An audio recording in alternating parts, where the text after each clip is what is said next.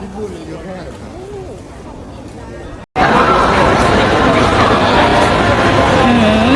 ก้อยนมสดแซ่บจะเคยกินเฉาก้วยนมสดแซ่บมาก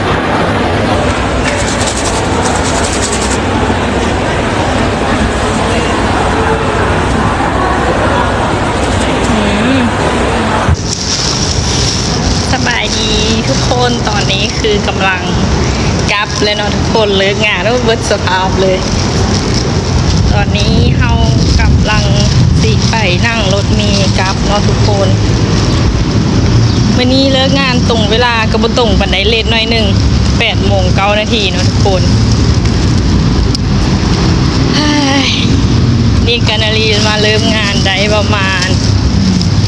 วันนี้นาลีเริ่มงานวันอังคารพุธพฤหัส3 มื้อเลยเนาะทุกคน3 มื้อนี้กะดูเดือดแหงอยู่หน้าเต่าทุกคนแล้วกะขายของหวานแน่ขนมแน่ขนมปังปิ้งแน่โตเกียวแน่แล้วก็ลูกชิ้นแน่ทุกคนหลายอย่างกันน่ะเชิงเนาะตอนนี้นาฬิกะโมโหว่าเช็ดได้แบบว่าคือถ้าเบิ่งเนาะเฮ็ดไปสักพักหนึ่งเนาะทุกคนถ้าเฮาคิดว่าเฮาเฮ็ดได้มันก็น่าสิได้เนาะทุกคนเพราะว่านาลีก็เริ่มงานมา2-3 มื้อก็รู้สึกว่าเมื่อยเติบอยู่แต่สู้เนาะทุกคนเพราะว่ามีวันหยุดเสาร์อาทิตย์ก็ถ้าเบิ่งว่าถ้าเฮาหยุดเสาร์อาทิตย์แล้วมันสิพอเฮ็ดบ่เนาะทุกคนเดี๋ยวก็เฮ็ดไป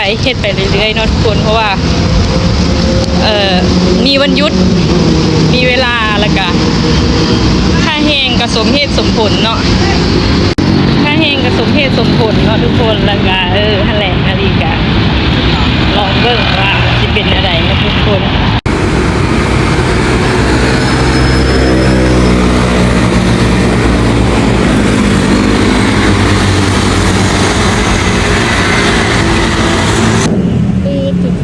ตอนนี้นาลีเมื่อยท่ารถเมล์เนาะนาลีก็เลยย่างมาทุกคน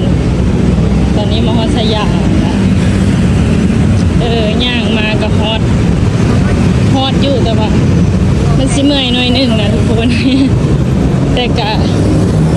ถ้ารถกระดุนเนาะถ้ารถเมล์ก็เป็นชั่วโมงเหมือนเพื่อก็ได้